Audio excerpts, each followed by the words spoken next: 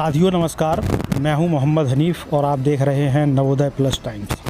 साथियों, आज हम बबीना विधानसभा के एक ऐसे लोकप्रिय व्यक्ति यानी बबीना विधानसभा के विधायक राजीव सिंह पारीछा जी के साथ खड़े हुए हैं, जो कि वर्तमान में बबीना विधानसभा के विधायक हैं और एक बार फिर से पार्टी ने इन पर विश्वास जताकर इन्हें अपना प्रत्याशी बनाया है।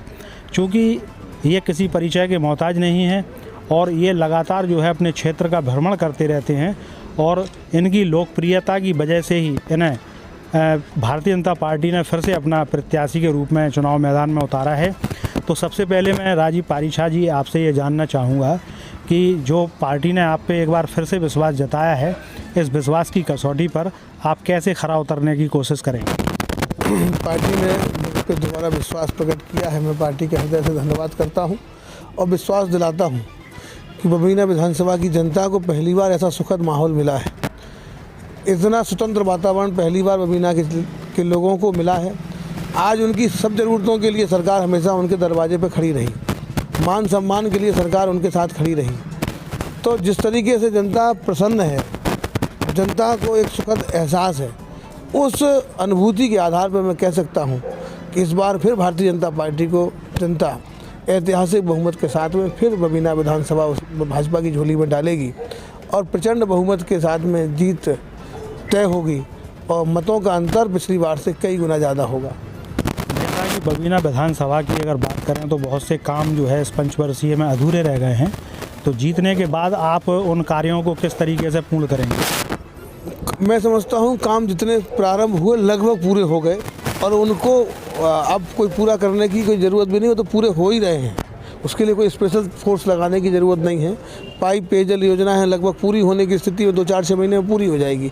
उसके लिए बजट फंड सब कुछ अवेलेबल है, कुछ नहीं करना है। सड़कें गति के साथ में बन रही हैं, चाहे प्रधानमंत्री सड़क हो, चाहे स्टेट हाईवे हो, चाहे ग्रामीण सड़क हो, सारी का काम बड़ी युद्ध स्तर पर चला है।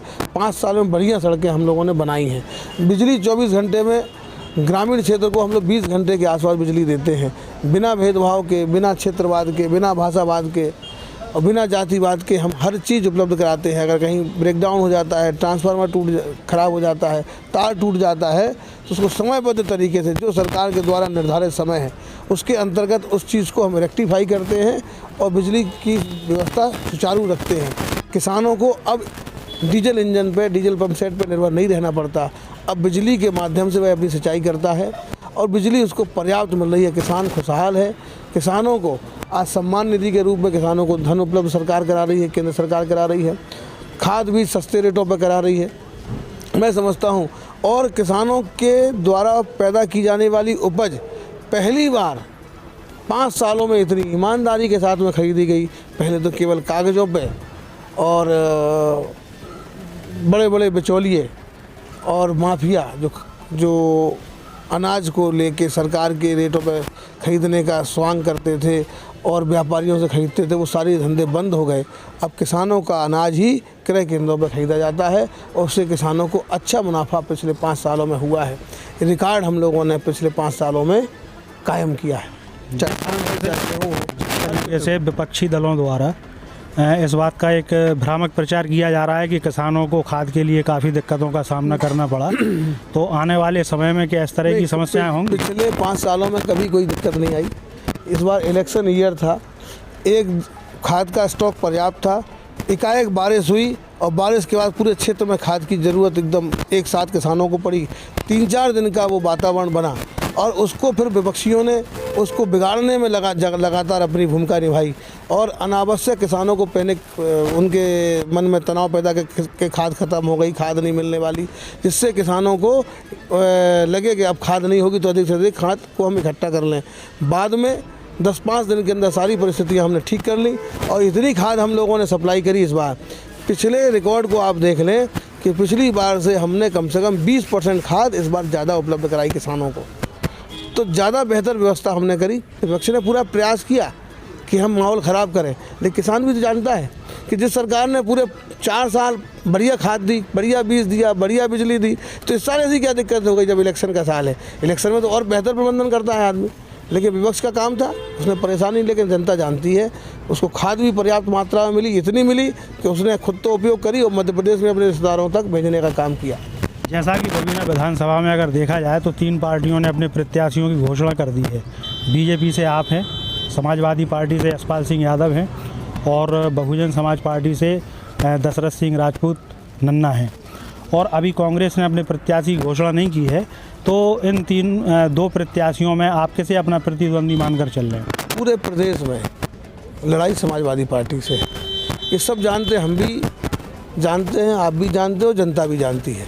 इस बार बहुजन समाजवादी पार्टी चुनाव नहीं लड़ रही है, इस बार आमने सामने की लड़ाई है। या तो जंगल राज आएगा या राम राज बरकरार रहेगा, 2 में से जनता को तय करना है। मैं समझता हूँ जनता फिर एक बार राम राज्य को बरकरार रखने पर अपनी मोहर लगाएगी और अखिलेश यादव को जो 2017 में जो मुँह की खानी पड़ी थी वही मुँह की खाए, इस बार भी अखिलेश यादव मुँह की खाएंगे और बबीना विधानसभा में और झांसी में फिर चारों की चारों सीटें भारतीय जनता पार्टी जीतेगी। इस बार लंबे अंतर से हम लोग जीतेंगे। बबीना विधानसभा का भी परिणाम स्पष्ट है और निश्चित है। इस बार फिर भारतीय जनता पार्टी नंबर 1 पे, समाजवादी पार्टी नंबर 2 पे और बहुजन समाजवादी नंबर 3 पे, कांग्रेस नंबर 4 पे। यही नंबर पिछले काफ़ी समय से है, यही रहने वाला है। अंत में मैं आपसे सिर्फ इतना ही कहूँगा कि हमारे चैनल के माध्यम से आप अपने मतदाताओं से और अपने समर्थकों से, पार्टी कार्यकर्ताओं से क्या अपील करेंगे? बस यही मेरा निवेदन है आपके चैनल के माध्यम से कि भ्रमित नहीं हो, लोगों के बहकावे ना आए। चुनाव का समय है, अभी तो बहुत आपके रहनुमा बनेंगे, लेकिन चुनाव के बाद केवल भारतीय जनता पार्टी ही आपके बीच में रहती है। कोरोना जैसी महामारी में कोई दल आपके बीच में नहीं आया, कोई नेता आपके बीच में नहीं आया। एक कार्यकर्ता भारतीय जनता पार्टी का अपने प्रदेश की और क्षेत्र के लोगों के साथ में कदम से कदम और कंधे से कंधा मिला के चला। बीमार अगर कोई हुआ तो उसके साथ अस्पताल गया, दवा की ज़रूरत हुई तो दवा उपलब्ध कराई, ऑक्सीजन की ज़रूरत हुई तो ऑक्सीजन उपलब्ध कराया, भर्ती होने की बात आई तो भारतीय जनता पार्टी के लोग ही, कार्यकर्ता ही जनता के साथ उसके दुख दर्द में खड़े दिखाई दिए। इस महामारी में कोई नहीं दिखाई दिया, ना सापा, ना बासापा, ना कांग्रेस, कोई नहीं। केवल फेसबुक व्हाट्सएप पे दिखते थे, उस पर ही वो अपना कर्तव्य पूरा कर लेते थे। तो ये थे राजीव सिंह पारीछा, बबीना विधानसभा के भाजपा प्रत्याशी, जिन्होंने अभी आपके सामने अपनी बात रखी। और ये जो है आपको फिर से एक बार बबीना विधानसभा में है और इनकी अपील भी आपने सुनी। नवोदय प्लस टाइम्स के लिए झांसी से मोहम्मद हनीफ के साथ ब्रजेश परिहार की रिपोर्ट।